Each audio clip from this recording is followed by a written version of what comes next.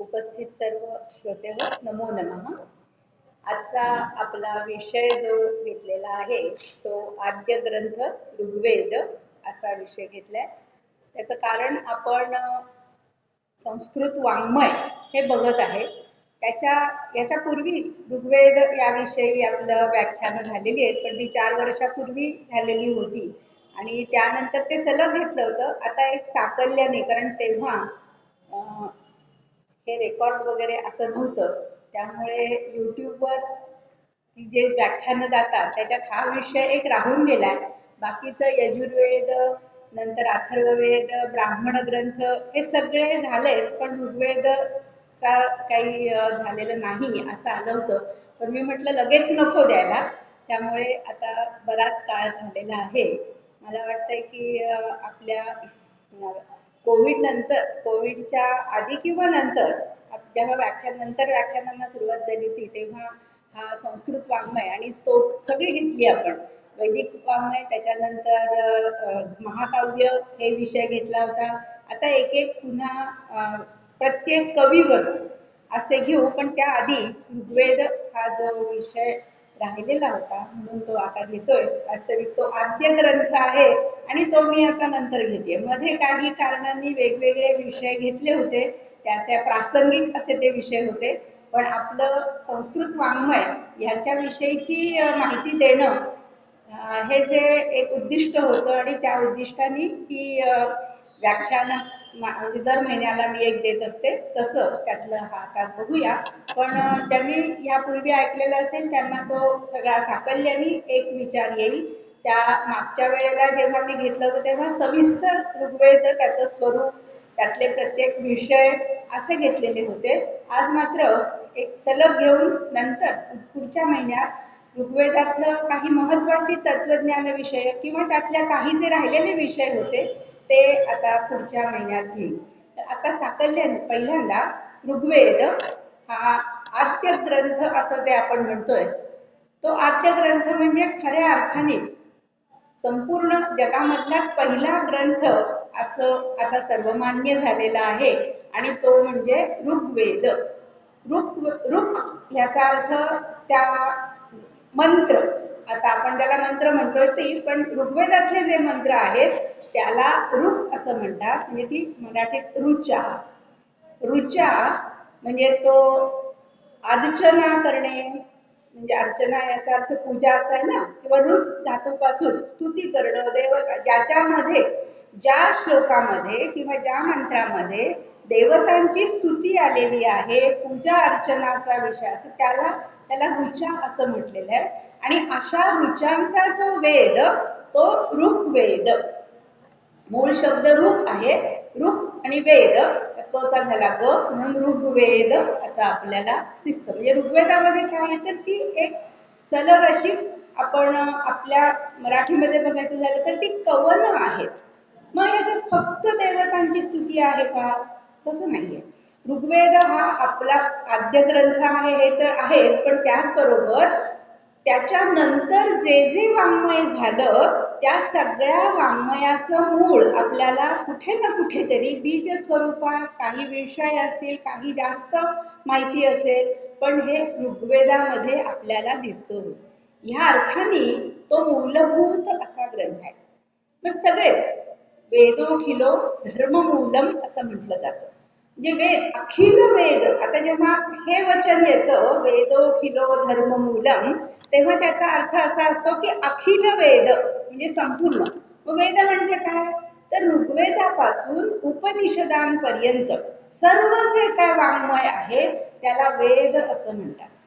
आणि मग हे जे म्हणून तर अखिल वेद असं म्हटलं, म्हणजे संपूर्ण वेद हे आपल्या धर्माचं मूल आहे। आपल्या, तुम्ही हिंदू धर्म म्हणा, सनातन धर्म म्हणा, भारतीय धर्म म्हणा, आर्य धर्म म्हणा, कोणतंही नाव द्या, हा जो काय धर्म आहे, म्हणजे आर्य धर्म याचा अर्थ पुन्हा मी असंही म्हणेन पुढे जाऊन, आणि मी मुद्दाम जाणीवपूर्वक म्हणेन की जैन, बौद्ध, शीख हे जे काय निरनिराळे संप्रदाय आहेत हे सुद्धा, याचं मूळ सुद्धा तुम्हाला इथेच दिसतं, ह्याच विचारसरणीत दिसतं असंही आपल्याला म्हणता येईल। आणि म्हणून वेदोखिलो धर्ममूलम असं जे म्हटलेलं आहे, इथे धर्म ह्याचा अर्थ काय घ्यायचा?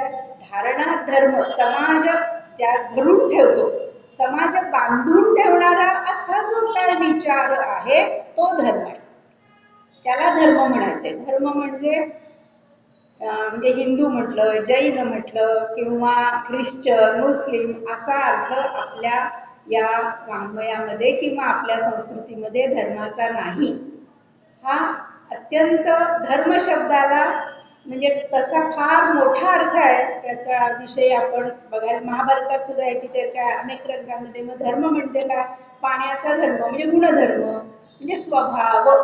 मग मनुष्य स्वभाव मग तो सगळीकडे सारखाच असतो.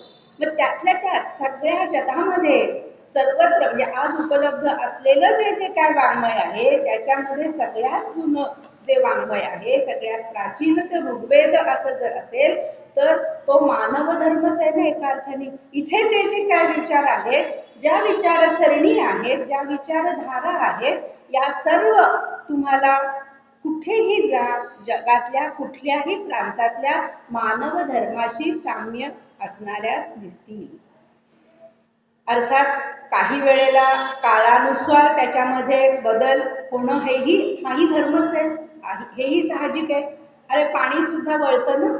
मग तसंच हा धर्म जो काय आहे हे सगळं वेगवेगळी परिस्थिती काळ यानुसार बदलत जातो, पण तरीही सनातनत्व जे आहे, मूलभूत विचार जो आहे तो तोच असतो. हा सगळा विचार बाजूला ठेवून आता ऋग्वेद म्हणजे ऋचांचा वेद तो ऋग्वेद. मग असं काय आहे ह्या ऋग्वेदामध्ये? मग फक्त मगाशी जे म्हटलं शाब्दिक त्याचा अर्थ लक्षात घेतला तर म्हणजे पूजा म्हणजे अर्चना म्हणजे स्तुती, याचा अर्थ स्तुती असं जर असेल तर फक्त स्तुती आहे का? प्राधान्याने त्याच्यामध्ये देवतांची, असं इथेही आता देवता हा शब्द मी परत वेगळ्या अर्थाने वापरतेय. देवता याचा वेदामध्ये असलेला अर्थ द्यू धातू आहे, चमकणे प्रकाशणे ह्या अर्थी.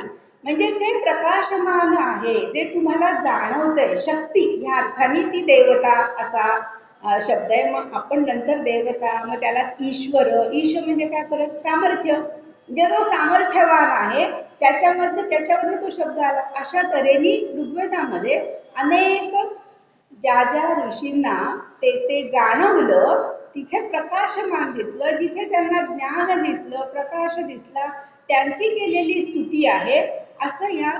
आणि ती कवन आहेत एका अर्थाने. त्या पण कवन हा मी आपल्या आत्ताच्या भाषेतला रूढ शब्द असं म्हटलं, म्हणजे एक त्या कविता आहे. पण ऋग्वेदामध्ये जे येतात तर ऋग्वेदामध्ये त्या कवनांना विशिष्ट शब्द आहे. जसं आपण एरवी श्लोक म्हणतो, कडवं म्हणतो. आता इथे काय ऋचा असं म्हटलं ना, मग त्या अनेक ऋचांचं एक ते त्याला म्हणतात सूक्त. सुउक्त चांगल्या प्रकारे मांडलेलं, विचार वचक धातूपासून उक्त म्हणजे बोलणं, मग बोललेलं, चांगलं बोललेलं असं जे आहे ते सूक्त ऋग्वेदातल्या. आणि अशा अनेक ऋचांचं सूक्त होतं. आता हे अशी सूक्त एकंदर किती आहेत ऋग्वेदामध्ये? 1028 सूक्त आहेत. ही 1028 सूक्त, त्याच्यामधले विषय काय काय आहेत हे सगळं आजच्या या व्याख्यानामध्ये आपण बघणार आहोत. म्हणजे ऋचांचा वेद ऋग्वेद असं जे आपण म्हटलं, आणि त्याची मांडणी कशी झाली. पुन्हा हे प्राचीन वाङ्मय म्हणजे ग्रंथ आहे मी म्हटलं, पण नंतर तो ग्रथित झाला, पण तरी ह्याला आपण काय म्हणतो? वाङ्मय. हे संपूर्ण आणखीन एक जगातलं आश्चर्य आहे.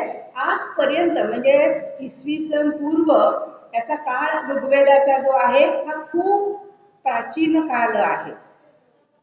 म्हणजे इसवी सन पूर्व 5000 म्हटलं तरी सुद्धा तो फार अलीकडे आहे का काय असं वाटावं. त्यातले काही सूक्त जी आहेत ती खूप प्राचीन आहेत आणि काही तुलनेनी अलीकडचे, म्हणजे एकाच झटक्यात सगळं तयार झालेलं नाहीये.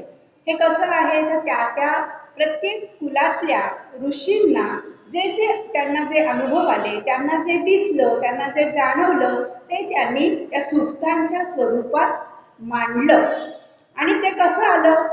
मौखिक परंपरेने चालत आलं, म्हणून ते वाङ्मय म्हणतो, वाणीमय झालेलं आहे. म्हणजे ह्या मुखातून त्या मुखात, त्या मुखातून त्या मुखात असं होत होत पुष्कळ जेव्हा साठलं तेव्हा आता असा विचार आला की हे एकत्रित केलं पाहिजे.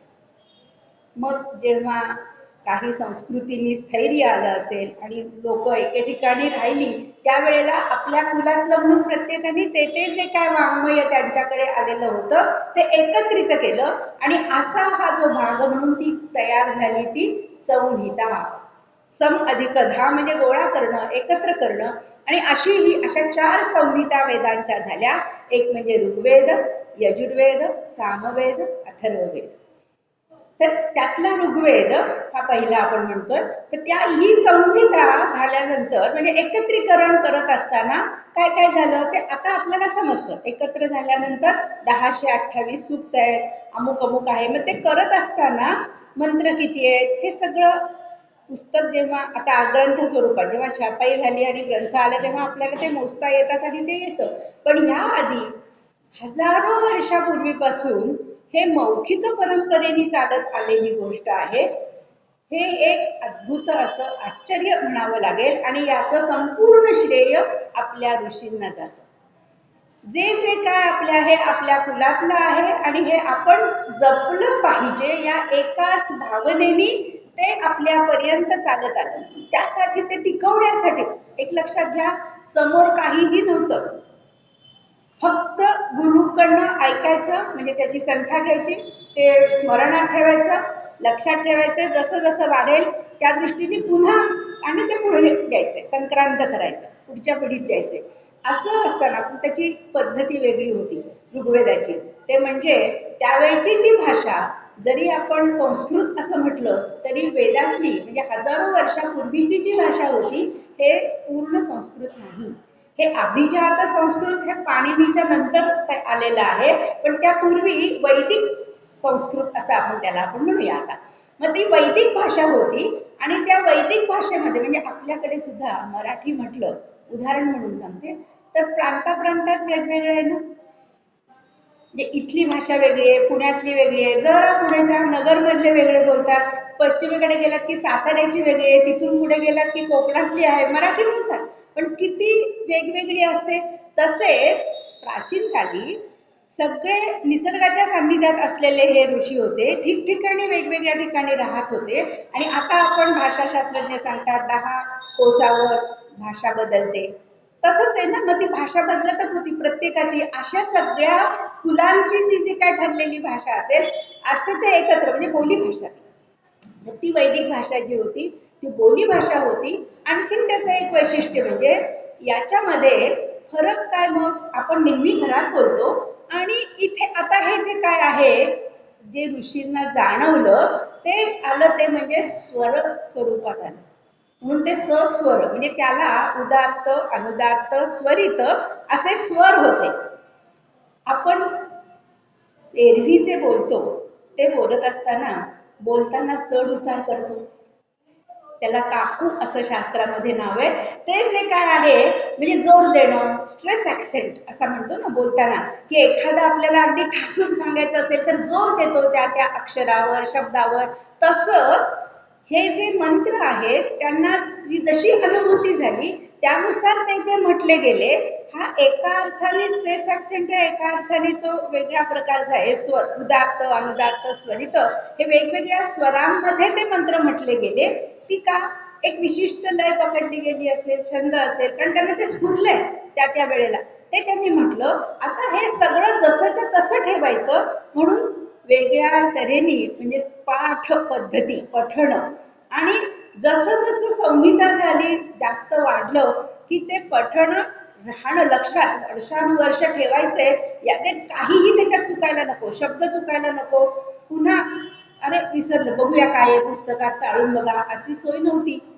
ते स्मरण कसं काय लक्षात ठेवायचं म्हणून त्याच्यासाठी जी युक्ती केली ते निरनिराळे पाठ तयार झाले. म्हणजे ते त्याला प्रकृती पाठ आणि विकृती पाठ असे 2 शब्द आहेत. हे आपण बघूया. म्हणजे एकंदर असे 10 पाठ वेगवेगळे म्हणजे सरळ म्हणणं जसं पुस्तक आहे त्यानुसार त्याची रचना, त्याला संहिता जो आहे ते म्हणणं, संहिता पठण.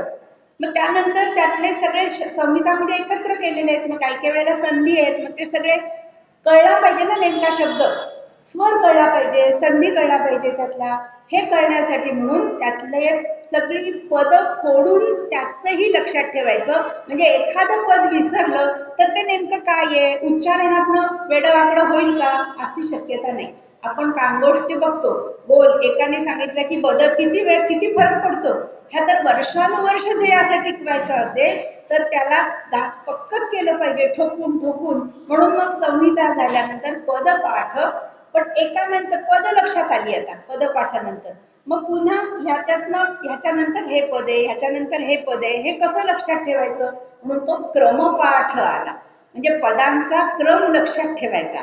आतापर्यंत जो काय श्लोक असेल तो म्हणजे मंत्र किंवा ऋचा ती जशीच्या तशी आहे, पण पद्धती फक्त बदलल्या.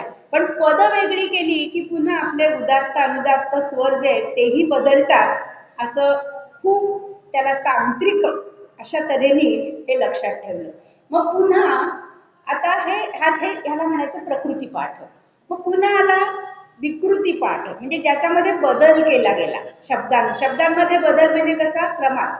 म्हणजे आता पहिला जो सूक्त आहे ते अग्नी सूक्त आहे ऋग्वेदातलं. अग्निमीळे पुरोहितम, किंवा तुम्हाला यज्ञेन यज्ञम यजंत देवा हा हेही माहिती आहे. तो यज्ञेन यज्ञ हे सरळ म्हटलं की तो संहिता पाठ झाला. यज्ञेन यज्ञम अयजंत, एरवी आपण यज्ञेन यज्ञम अयजंत म्हणतो, पण यज्ञेन यज्ञम अयजंत देवाहा, देवास्तानी म्हटलं की आता तो संधी फोडला. देवाहा तानी धर्माणी प्रथमान्यासन नाही, प्रथमानी आसन. हे सगळे अशी पद फोडणं याला पदपाठ म्हणायचं. मग हा क्रम आहे, म्हणजे तो बदलला नाही. पण विकृती पाठामध्ये काय होतं, आता सगळं असं लक्षात घ्यायचंय, 1028 सूक्त आणि सगळेच्या सगळे मंत्र, म्हणजे कितीतरी हजार मंत्र आहेत, 20,000 असे साधारण मंत्र आहेत, तेवढेच लक्षात ठेवायचे. मग हे कसे घ्यायचे, म्हणून मग वेगवेगळी जटा क्रम पद एक गुंतून ठेवायचं सगळ्यांना. म्हणजे मग कुठलंही कधीही चुकत नाही. चुकलं तरी पुन्हा हे परत परत फिरून नेमका त्याचं स्थान लक्षात येतं. यज्ञेन यज्ञम यज्ञम यज्ञेन यज्ञेन यज्ञम अयजंत अयजंत यज्ञम यज्ञेन यज्ञेन अयजंत, असं करत जायचं.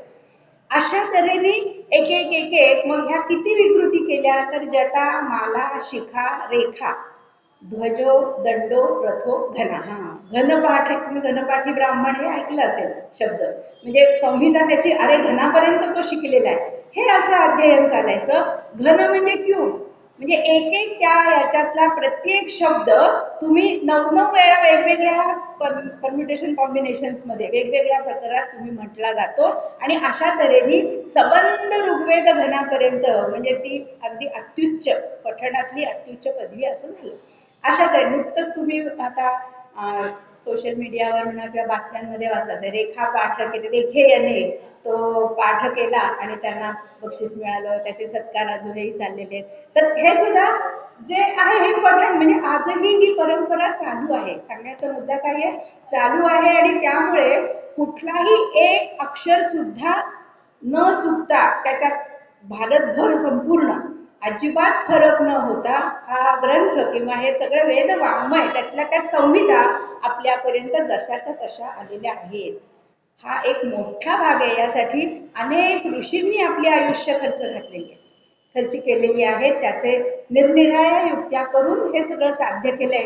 हे आपल्याला निश्चितच ऋण म्हणावं लागतं, हे सगळं सांगण्याचं कारण. आणि म्हणून आज आपण मोठ्या अभिमानाने सांगू शकतो की ऋग्वेद हा आद्य ग्रंथ आहे, जगातला आद्य ग्रंथ आहे. नाहीतर आपण बघतो कितीतरी काळाच्या ओघात नष्ट होतात ग्रंथ. आज अगदी छपाई आहे, लायब्ररीज आहेत, भरपूर सगळं संग्रह करण्याचे साहित्य आहे. आता तर ते सगळं लॅपटॉपमध्ये तुम्ही करून ठेवता, ते आणखीन हे सगळं. पण त्याचं आयुष्य किती क्षणभंगूर, एका क्षणात सगळं हॅक होतं आणि अमुक होतं आणि सगळं नष्ट होऊन जाईल. आपल्याकडचा सगळा डाटा नष्ट होतो, असं आजही आपण अनुभवतो. मग असं असताना, म्हणजे इतकं तंत्रज्ञान प्रगत झालं आहे तरी आपण हे अनुभवतो. पण आज संपूर्ण केवळ बुद्धी आणि म्हणजे स्मरण याच्या जोरावर हे ग्रंथ म्हणजे संपूर्ण वैदिक वाङ्मय आपल्यापर्यंत आलेलं आहे. हे आपलं मोठं ऋण आपल्या ऋषींचं आहे. आणि आता ऋषी हा शब्द सुद्धा का आता दर्शन त्यांना झाले, ते दिसले त्यांना, अनुभवलं त्यांनी, आणि त्यामुळे ऋषी दर्शनात हे जे काय द्रष्टे आहेत त्यांना ऋषी हे नाव पडलं. मंत्रकर्ते जे आहेत ऋग्वेदाचे ऋचाकार हे द्रष्टे. आता ऋग्वेदाच्या स्वरूपाविषयीची माहिती बघूया. ऋग्वेद हा मगाशी सांगितलं 1028 सूक्त त्याच्यामध्ये आहेत.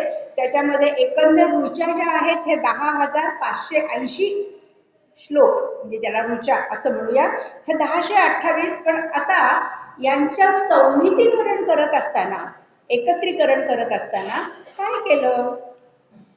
मगाशी सांगितलं होतं प्रत्येक कुलाने आपापल्या कुलातलं, म्हणजे तुम्हाला ऋषींची कुळं माहिती आहे, सप्तर्षी हा शब्दही माहिती आहे. मग हे जे काय आहेत म्हणजे वृत्समद, विश्वामित्र, वामदेव, अत्री हे मूळ ऋषी आहेत. भरद्वाज आणि वसिष्ठ हे जे ऋषी आहेत हे, आणि नंतर त्यांचे पुन्हा कुळ येऊन अनेक वेगवेगळे ऋषी आले.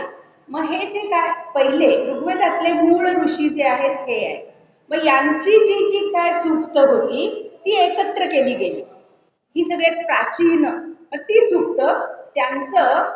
त्यांना म्हणजे प्रत्येक ऋषीचं एक एक म्हणून ते मंडल असं म्हटलं. प्रत्येक म्हणजे अशी ग्रथित सूक्त केली. दुसरं मंडल हे गृत्समद ऋषींचं, तिसरं मंडल विश्वामित्र ऋषींचं, वामदेवांचं चौथं मंडल, अत्री ऋषींचं पाचवं मंडल, नंतर भरद्वाजांचं 6वं मंडल आणि वसिष्ठ ऋषींचं 7वं मंडल.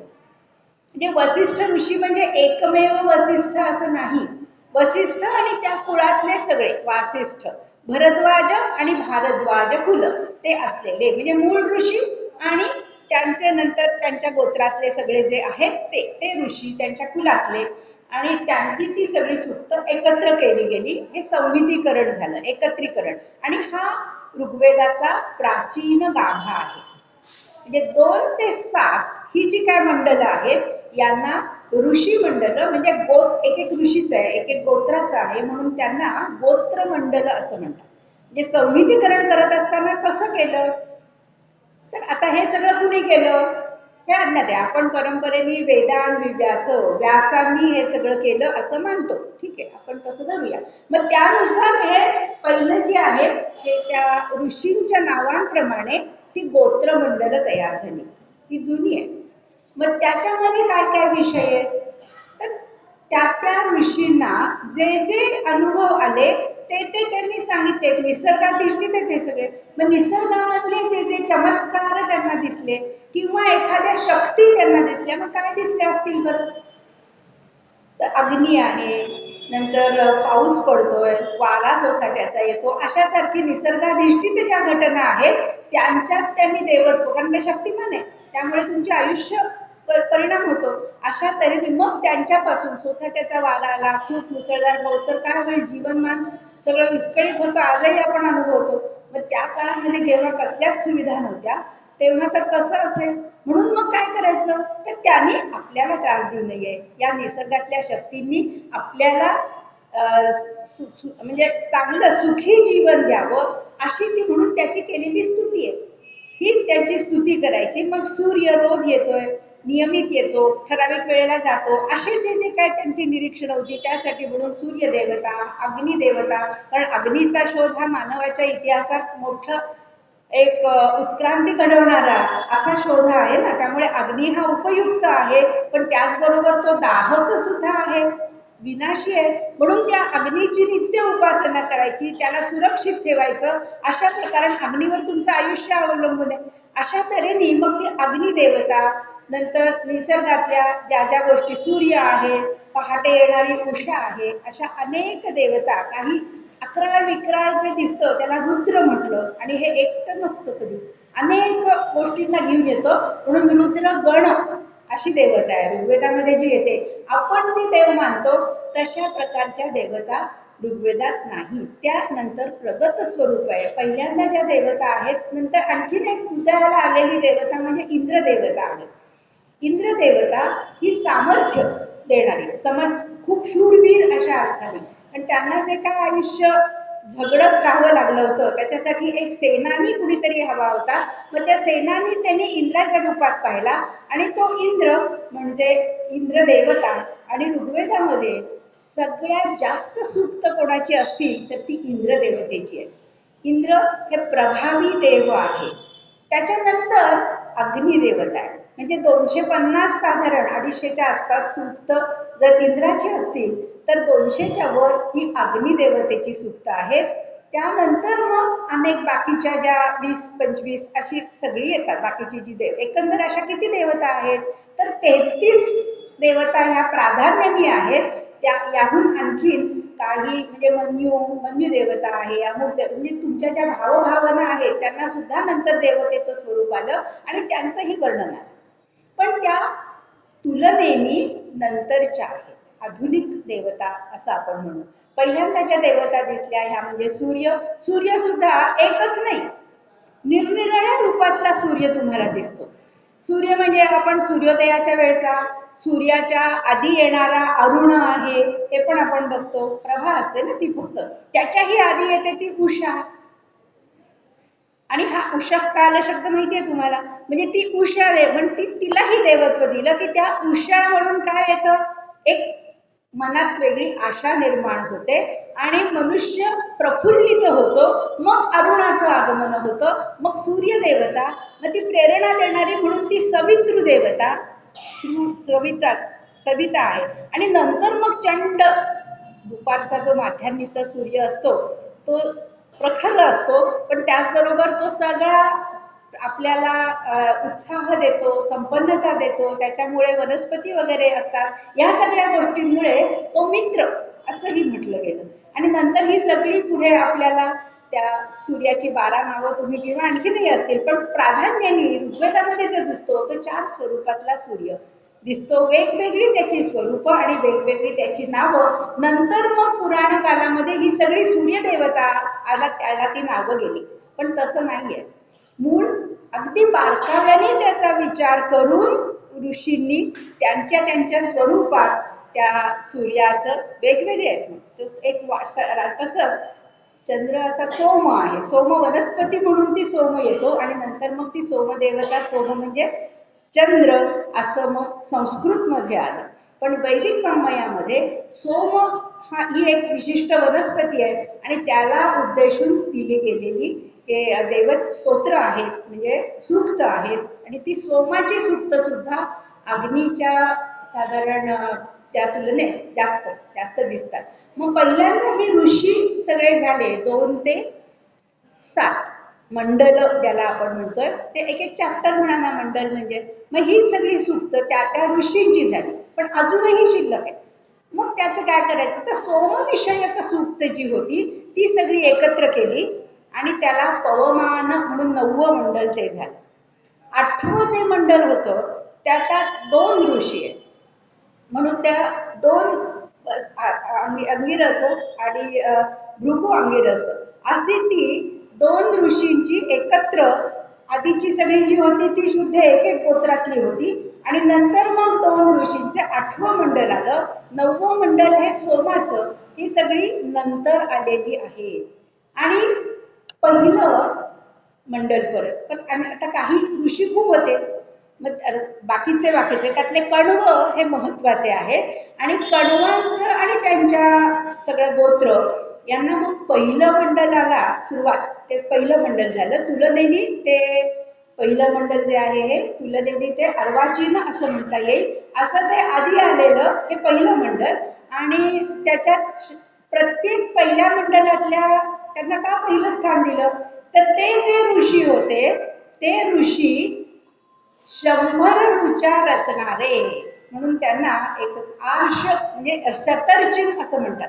त्या ऋषींना 100 ऋचा त्या ऋषींच्या नावावर होत्या म्हणून त्यांना मग शतक आहे ना, शतक जे करतात त्यांचा मान नेहमीच असतो. ही पूर्वापार चालत आलेली परंपरा आहे. मग ज्यांनी 100 ऋचा रचलेल्या आहेत त्यांना अग्रक्रम दिला गेला आणि म्हणून त्यांचा सगळ्यांचा जे त्यांच्या रचना ज्या होत्या त्यांचं पहिलं मंडल झालं. आणि उरलेलं मग 10वं मंडल झालं. त्या पहिल्या आणि 10व्या या दोन्ही मंडलांमध्ये सारख्या सारख्या आणि विषय म्हणजे पहिल्या मंडलाचं वैशिष्ट्य म्हणजे ते अनेक मिश्र मंडल आहेत, अनेक ऋषी त्याच्यामध्ये आहेत, अनेक विषय आहेत. विषय तरी जे आधीच्या मंडलांमध्ये येतात त्यानुसारच येतात, त्याच्यात तो कसा क्रम आहे ते आपण बघूया.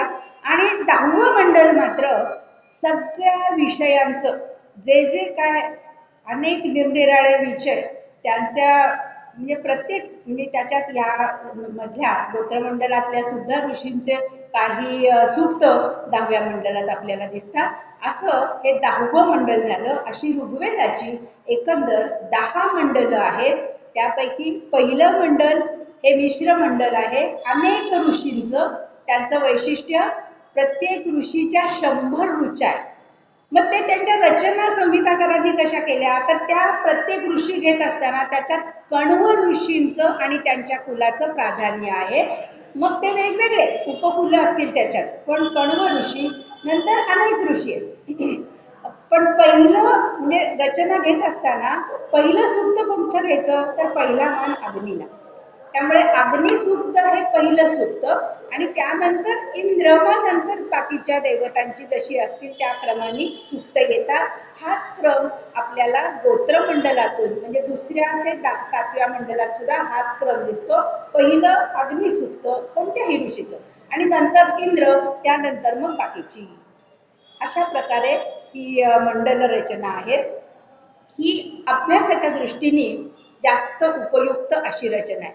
पण आता जेव्हा मी वाङ्मय म्हटलं, मौखिक रूपाने हे चालत आलं, मग त्याचं कसं करायचं, त्यावेळेला काय घ्यायचं म्हणजे 10 मंडलं झाली. नंतर त्याच्यामध्ये प्रत्येक मंडलात एकंदर अनुवाक 85 अनुवाक आणि 1028 सूक्त असं आपलं झालं. पण ह्या 1028 सूक्तांचं जेव्हा संथा देतोय आपण त्यावेळेला 5-5 ऋचा साधारण एकेका वेळेला ते गुरुजी शिष्यांना म्हणजे आचार्य शिष्यांना सांगत असत. म्हणजे 5 ऋचांचा एक वर्ग. म्हणजे अशी रचना त्यात ह्याच मंडलांमध्ये, पण ती पठण परंपरेसाठी ही रचना आहे. म्हणजे ती कशी आहे तर एकंदर आता अध्याय, मग ऋग्वेदाचे एकंदर अष्टक स्वरूप रचना आहे. ती अष्टक रचनेमध्ये 8 अध्यायांचं एक अष्टक आणि असे 8 अष्टक म्हणजे अध्याय किती झाले 64 अध्याय. मग हे 64 अध्याय त्याच्यामध्ये 85 अनुवाद आणि वर्ग म्हणजे प्रत्येक वेळेला 5-5 ऋचांचा साधारण एक वर्ग. मग ती ऋचा जर मोठी असेल, ते छंद मोठा असेल तर 2-3 ऋचांचा सुद्धा एक वर्ग असेल. पठणाला जसा उपयुक्त असेल त्यानुसार हा म्हणजे ह्या फोड. आणि आता ज्या पाठशाळा पद्धतीमध्ये ऋग्वेद पठण चालतं हे या वर्गवार चालतं.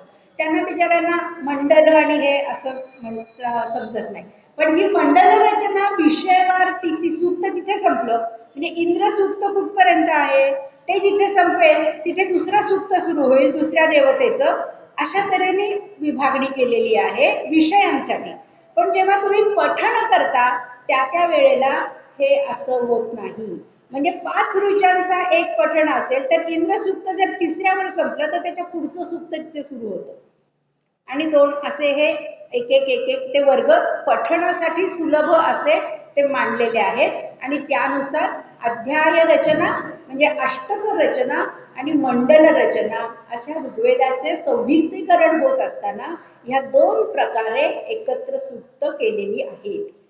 आणि त्याच्यापैकी आता वेदाचा अभ्यास करणारे जे विद्यार्थी असतात म्हणजे पठण नाही काय काय विषय आहे तर त्यांना हा मंडल वगैरे उपयोग पडतो. म्हणजे ऋग्वेदातली कोणती ऋचा आहे बरं तर 10व्या मंडलातलं 29वं सूक्त आहे, त्यातला हा 4था मंत्र आहे असं सांगितलं जातं.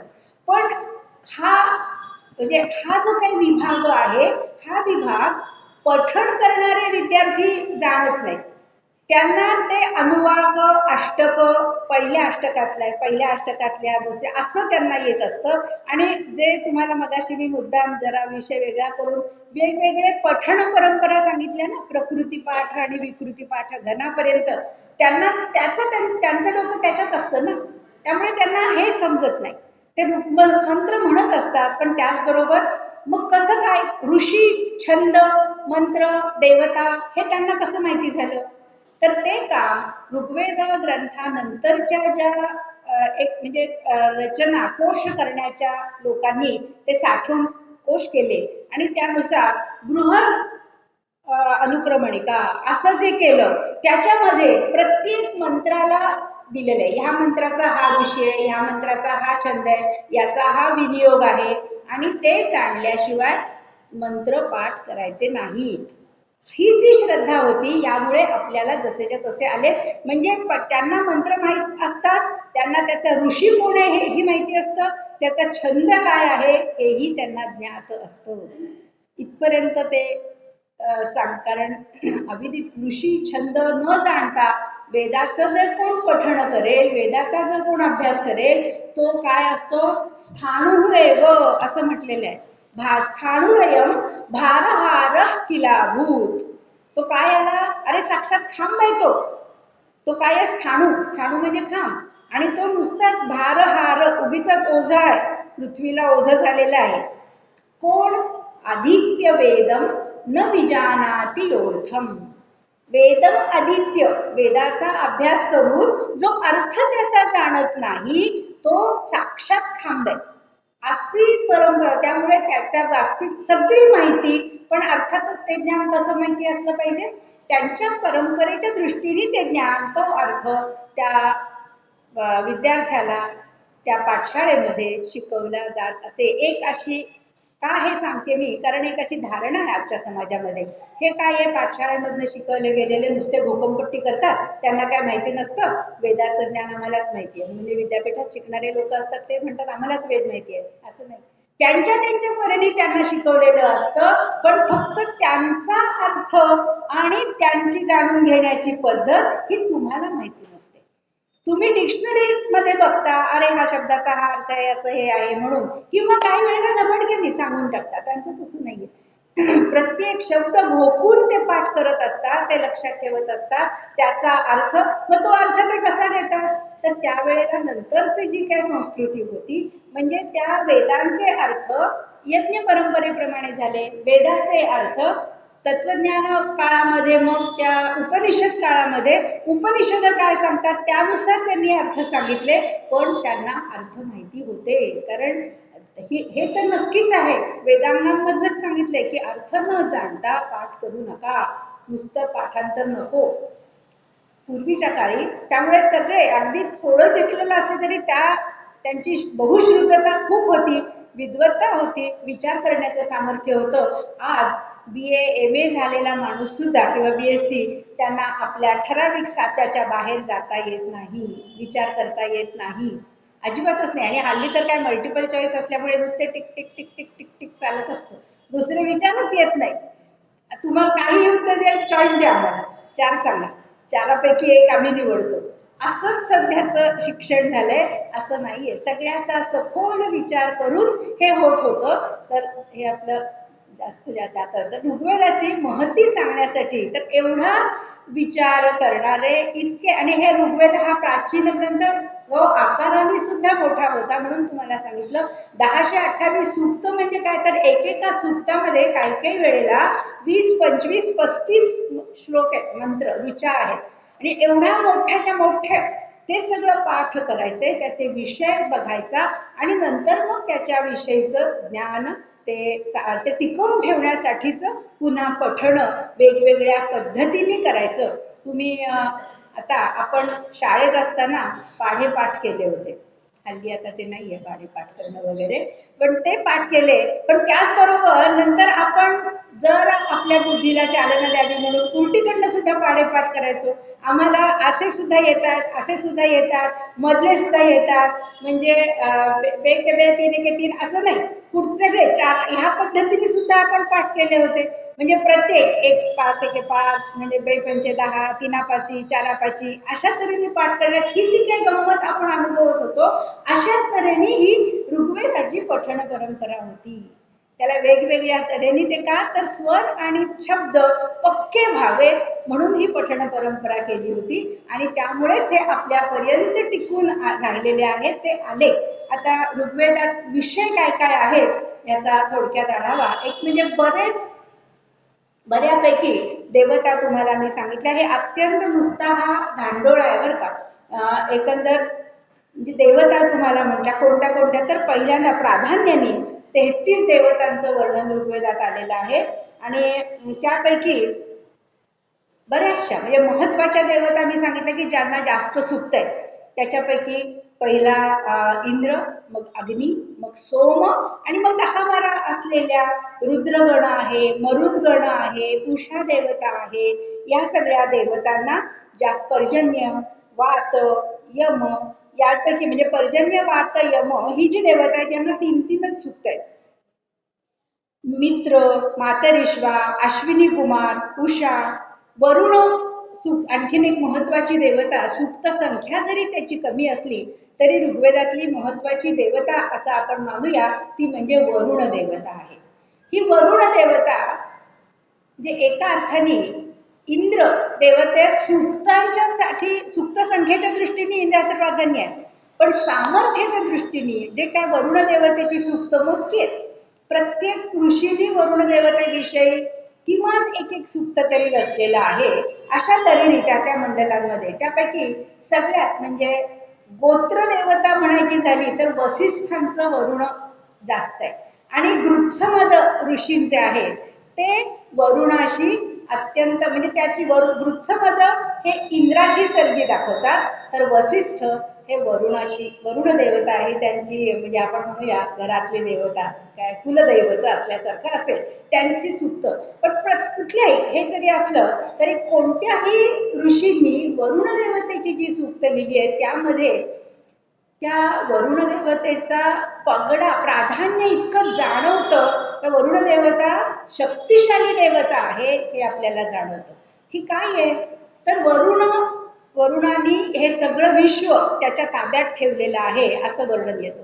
वरुणाचे जे नियम आहेत ते कुणीही ओलांडू शकत नाही. वरुणाच्या नियमांनाच ऋत असं म्हटलेलं आहे, म्हणून वरुणाला ऋतावान असं म्हणतात. वरुण हा ऋतावान आहे. हे ऋत म्हणजे काय, सगळे देव देवता त्याच्या आज्ञेत चालतात, त्यांनी जे नियम घालून दिलेत ते कुणीही मोडू शकत नाही.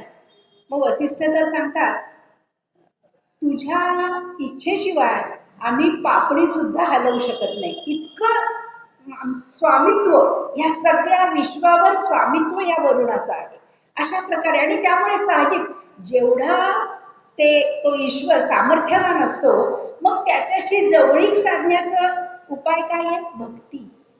म्हणून भक्ती रसाचं किंवा भक्तीचं मूळ आपल्याला ऋग्वेदातल्या वरुण सूक्तांमध्ये दिसतं. म्हणजे तो किती तल्लीन होतो, तन्मय होतो. बाकी सर्वच देवतांच्या स्तुती सगळ्याच सूक्तांमधून आपल्याला दिसतात, पण वरुण सूक्तांमध्ये जी त्या ऋषीची आर्तता दिसते का ती असते, कारण हा वरुण ही देवता आहे, हे सामर्थ्य संपन्न आहे. ही कधी मला त्याच्या वरुणाचे जे असते म्हणजे पाश आहेत त्याचे, कधी मला त्याच्या पाशात अडकवेल सांगता येत नाही. आणि सगळीकडे त्याचं स्वामित्व असल्यामुळे कुठे ना कुठेतरी माझ्या हातून चूक होईलच की हो. आणि मग मला तो जाळ्यात पकडेल, माझ्या पाशामध्ये मला तो अडकवेल ही भीती आहे. आणि ह्या भीतीमुळे त्याचं अत्यंत आर्ततेने तो करुणा वागतो, म्हणजे स्तवन करतो नुसतेच त्याचं सामर्थ्य सांगून दैदिप्यमान होऊन तो वर्णन करत नाही. तर कुठेतरी ती मला त्या भीती आहे त्याच्या पोटी की मला नको रे बाबा तू अडकवूस, मला त्या पाशात ना ते माझ्यापासून लांब ठेव, कधीही तुझ्या त्या पाशाचं विषय मला बनवू नकोस, त्यापेक्षा शत्रूंवर ते कर, ते अस्त्र शत्रूंवर उगार. अशा प्रकारे ती आर्तता दिसते. आणि मी तुला हे देतो ना, माझं प्रार्थना तरी काय काय आहे, प्रसाद देतोय.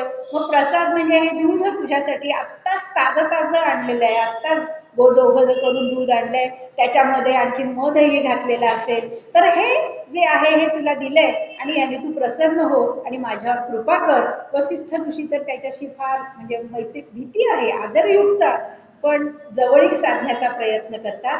असं आहे वरुण, त्याचा प्रभाव आपल्याला खूप दिसतो. इंद्र देवता प्राधान्याने आहे. तर इंद्र देवताचं म्हणजे अत्यंत शूर सेनानी असा त्याचं वर्णन सर्वांनीच केलेलं आहे.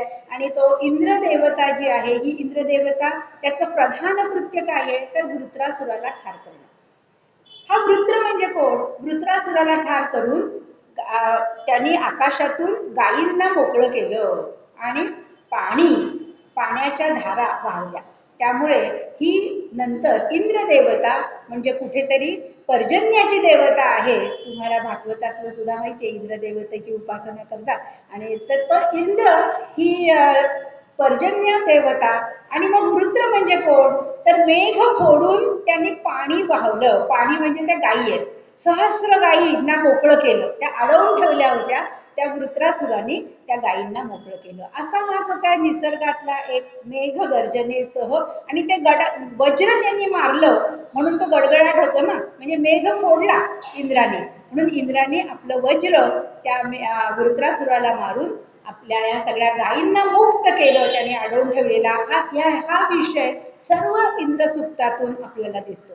दुसरं एक म्हणजे इंद्राला अतिशय सोम पानाची त्याला आवड आहे. आणि तो सोमरस पिऊन तो उत्तेजित होतो आणि मग लढाईला जाऊन तो शत्रूंना जिंकतो. तो चांगल्या प्रकारे नेता आहे असं वर्णन येतं. पण इतका बलवान होऊन हा आता इतकी ताकद त्याच्या अंगात आली की मी ही पृथ्वी इकडे ठेवू का तिकडे ठेवू असं त्याला वाटायला लागलं. असं सुद्धा एक छान सूक्त या ऋग्वेदामध्ये आलं. हंत इमाम पृथ्वी इहवाणी धरणी इहवा, इथे ठेवू का तिथे ठेवू, इतकं का बरं, हे मला असं का झालं, कुवित सोमस्य अपावेती, मी काय सोमरस प्यायला म्हणून असं झालं का काय.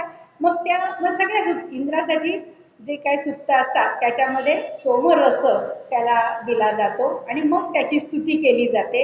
आणि त्या सगळ्या देवतांना प्रार्थना काय केलेली आहे, धन धान्य हे आम्हाला द्या, आमचे पुत्र पौत्र हे चांगले असू देत, सुवीरासम विदधमावदेम, ही एक प्रार्थना आहे. सुवीरासहा, आम्ही सुवीर म्हणजे आमचे पुत्र चांगले बलवान वीर शौर्ययुक्त होऊन आम्ही काय करावं, विदथ म्हणजे सभा, सभेमध्ये आमचा मोठा आवाज असावा. विदथ मावदेम, आम्ही मोठं बोलावं.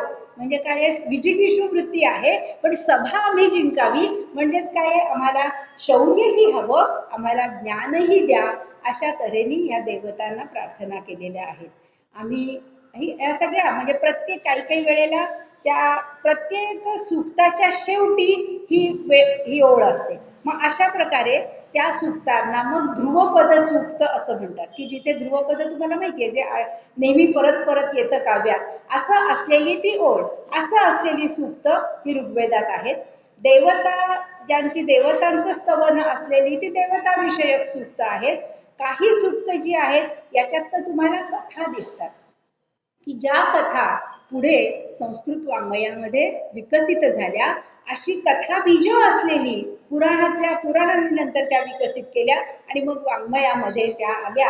अशा ज्या ती कथा बीज स्वरूपात आहेत, अशी असलेली कथा सूक्त आपल्याला दिसतील. काही संवाद आहेत, मग ते देवतांचा संवाद असेल किंवा देवता आणि तो ऋषी यांचे संवाद आहेत. असे ऋग्वेदात आलेले संवाद आहेत. ते संवाद सूक्त, त्यातला महत्वाचा संवाद म्हणजे विश्वामित्र आणि नदी संवाद. तिसऱ्या मंडलात ते सूक्त येतं.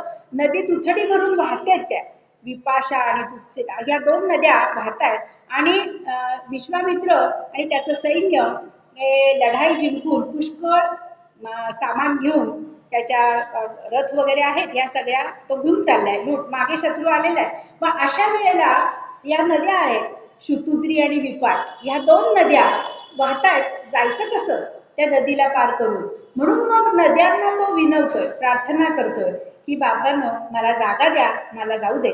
नद्या म्हणतात आम्ही नाही जागा देणार, आम्ही काय करतोय, इंद्राच्या आज्ञेने आम्ही वाहतोय, असं कसं काय एखादा येऊन आम्ही करणार, तर मग काय आमची कीर्ती काय राहिली. एक ऋषी आला, त्यांनी वाट द्यायला सांगितली, आम्ही झालो मोकळ्या, असं नको. मग तो अशा फार छान ते सूक्त आहे, विश्वामित्र नदी संवाद सूक्त. मग त्यांनी काय तोडगा काढला, परत त्यांनी लागूच दाखवली, बाबांनो थोड्यास मागे व्हा ना, आई जसं मुलाला दूध देत असताना थोडी वाकते आणि मग ती वाकल्यानंतर ते स्तनपान देते मुलाला, त्याचप्रमाणे तुम्ही आमच्या माता आहात, तुम्ही थोडं वाकून मला थोडी जागा द्या, मी रथ पार करतो आणि मग तुम्ही परत पहा. तुमची इंद्राची आज्ञा काही मी सोडत नाही, पण त्यात तुम्हाला काय फायदा आहे?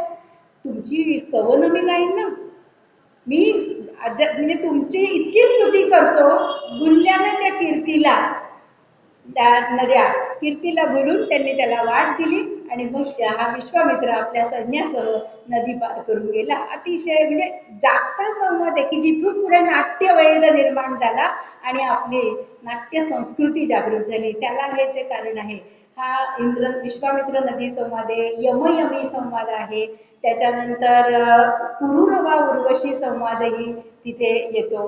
वेगवेगळ्या म्हणजे ऋग्वेद, अर्थात हे सगळे काही म्हणजे संपूर्ण मंडलांभर विखुरलेले आहेत.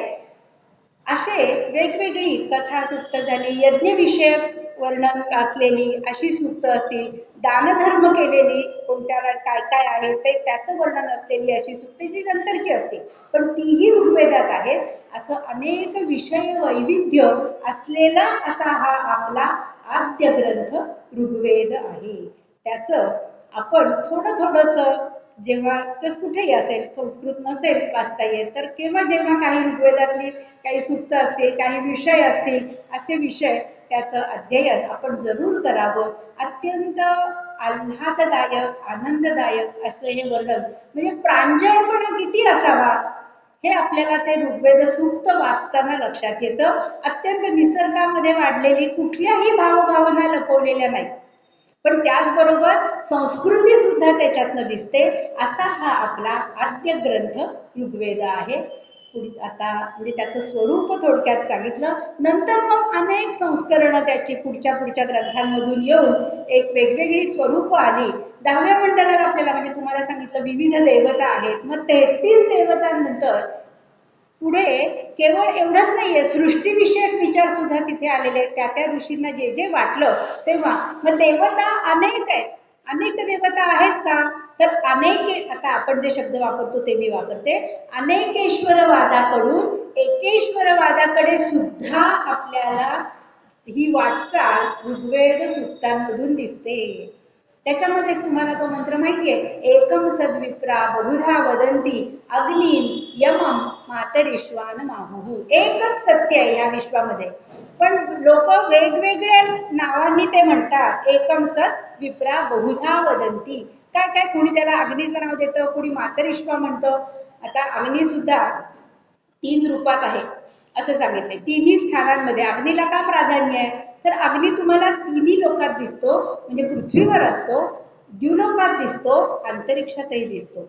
द्युलोकात जो आहे तो सूर्य रूपात आहे, अंतरिक्षात जो दिसतो तो विजेच्या स्वरूपात दिसतो, आणि पृथ्वीवर जो आहे तो हा आपल्याला दृश्य अग्नी जो दिसतो, आणि त्यात तो उपयुक्त आहे. तो कसा आहे? म्हणून अग्नीला तिन्ही ठिकाणी, तिन्ही लोकांमध्ये असलेला हा अग्नी आहे. म्हणून त्याला त्रिधाबद्धो असं म्हटलेलं आहे. वृषभा हा अत्यंत बलवान आहे, पण हा गर्जना करतो. अशा प्रकारे अग्नी सूक्तातनं एका 5व्या मंडलातले सूक्त आहे, त्याच्यात अग्नीचं वर्णन आले. आणि वेगवेगळी अग्नीची सूक्त. पहिलं ऋग्वेदातलं जे सूक्त आहे ते म्हणजे अग्निवीळे पुरोहितम. अग्नी हा जो काय आहे पुरोहित आहे, होता आहे, रत्नधातमम, रत्नांचं ठाण असलेला असा हा अग्नी, त्याची मी स्तुती करतो. अशा या पहिल्या रुचेने ऋग्वेदाची सुरुवात होते. आणि अशा ऋग्वेद अत्यंत, या ऋग्वेदालाच म्हणून बहुरुच असं नाव आहे, बहुवरुच, अनेक रुचा ज्याच्यामध्ये आहे तो ऋग्वेद. आणि त्याच्या नंतर शाखा सुद्धा अनेक पठणानुसार आल्या, तर 21 शाखा होत्या. त्याच्यापैकी आता फक्त 2 शाखा शिल्लक आहेत, शाकल आणि बाष्कल शाखा. त्यापैकी सुद्धा सारख्याच आहेत. शाकल शाखा ही संपूर्ण भारतभर आहे, बाष्कल शाखा ही तुलनेने म्हणजे त्याचे कमी झालेत अनुयायी. अशा प्रकारे मग ही ऋग्वेद, बहुतांश लोक, बरेचसे आपण ऋग्वेदी असतो, म्हणजे ऋग्वेद ग्रंथ आपला प्रथम आहे हे मानणारे असे असलेले. काही यजुर्वेदी असतात, म्हणजे यजुर्वेद हा त्यांचा ग्रंथ असतो. ऋग्वेदी, यजुर्वेदी, सामवेदी आणि मग हे तिन्ही असणारे ते त्रिवेदी, चारही वेद सर्वांना मानणारे ते चतुर्वेदी. अशा तऱ्हेने हे परंपरा आपली पण संहिता ह्या आपल्यामध्ये आहेत. आजही या संहितांना तितकाच मान दिला जातो. एवढं बोलून मी थांबते. नमस्कार.